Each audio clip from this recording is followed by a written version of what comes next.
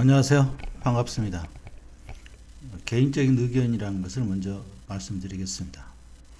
개인적인 의견이고요.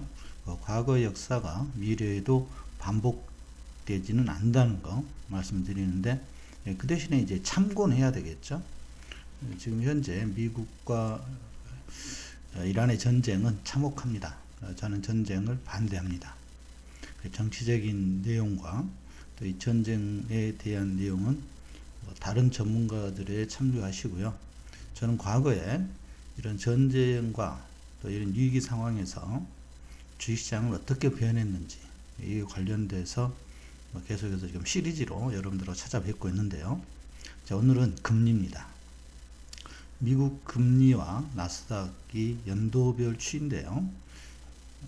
1990년부터 26년까지입니다. 지금 미국의 금리가 역사적으로 어떤 상황에 놓여 있는지 한번 살펴보면서 미국의 주식시장, 이번에 또 중간선거가 있잖아요. 이 중간선거와 관련돼서 어떤 일이 벌어질지 한번 예상해보는 시간을 갖도록 하겠습니다.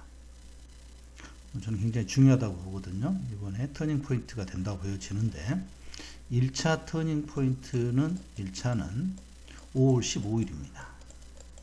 5월 15일이 미 연준 의장이 교체되는 날입니다. 이미 지명되어 있죠. 오시로. 이 오시는 35살에 최연소로, 아마 제가 아는 범위에서 최연소로 미 연준 의원을 했습니다. 이때가 90년대 중반에 그린스펀 의장이었죠. 대단한 의장이었습니다. 이때 아마 성장세를 같이 지켜봤던 80년대 암울한 것을 이겨내고 다시 미국이 레이건 대통령의 팍스 아메리카나 강력한 미국을 주창하면서 부활했던 이런 시기가 되겠습니다. 그래서 오 씨가 이때 지명이 되는, 의장이 되는데, 이 지명은 트럼프가 있잖아요. 그래서 트럼프의 의중을 받아내는 이런 사람이지 않겠느냐. 이 트럼프는 파월하고는 사이가 안 좋았습니다. 굉장히 안 좋았죠.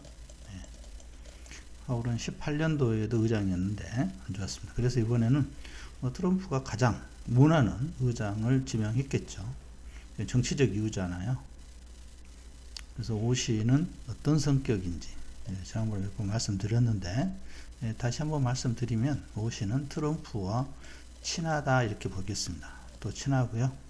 향후에 또 언급하겠지만 페이팔 마피아라고 부르는 집단 있잖아요. 트럼프의 가장 강력한 마가 그룹, 이쪽하고도 친합니다.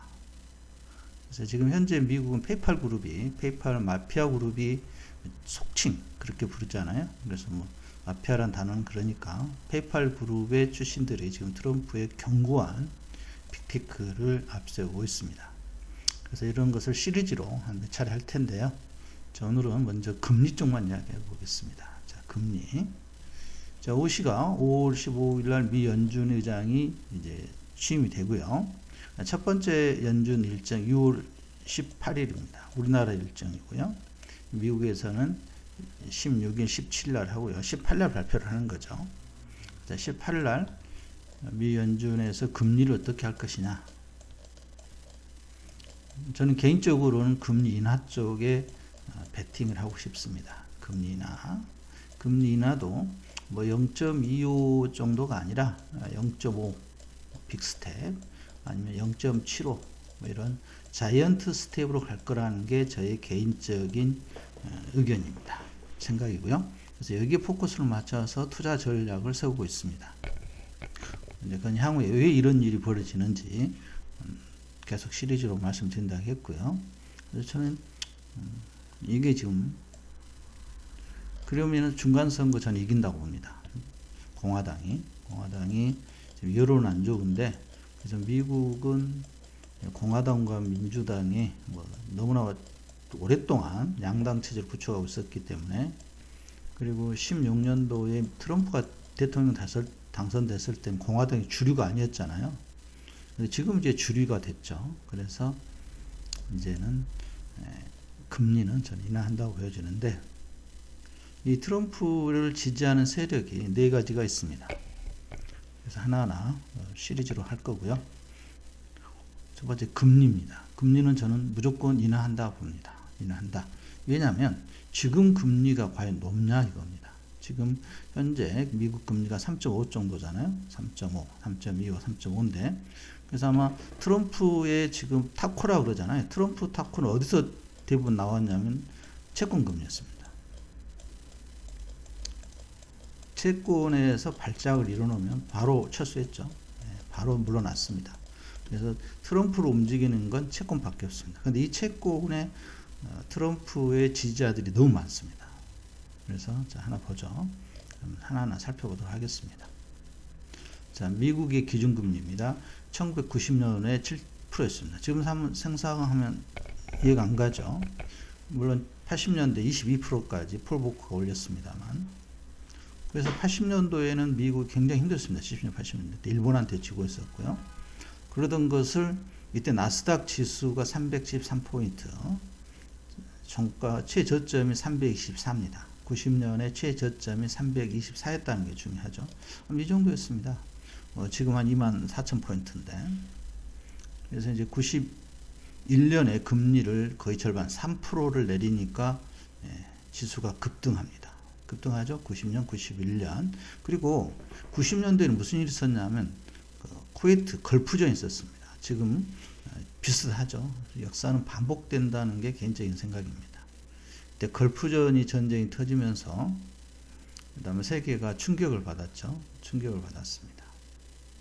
더 충격적이었던 것은 이 걸프전 전쟁을 CNN이라는 방송국이 그때 떴는데 전 세계적으로 마치 게임 중계하듯이 했다는 거죠. 그래서 미국의 막강한 공군력 앞에서 처참하게 무너지는 그래서 걸프전입니다. 쿠웨이트.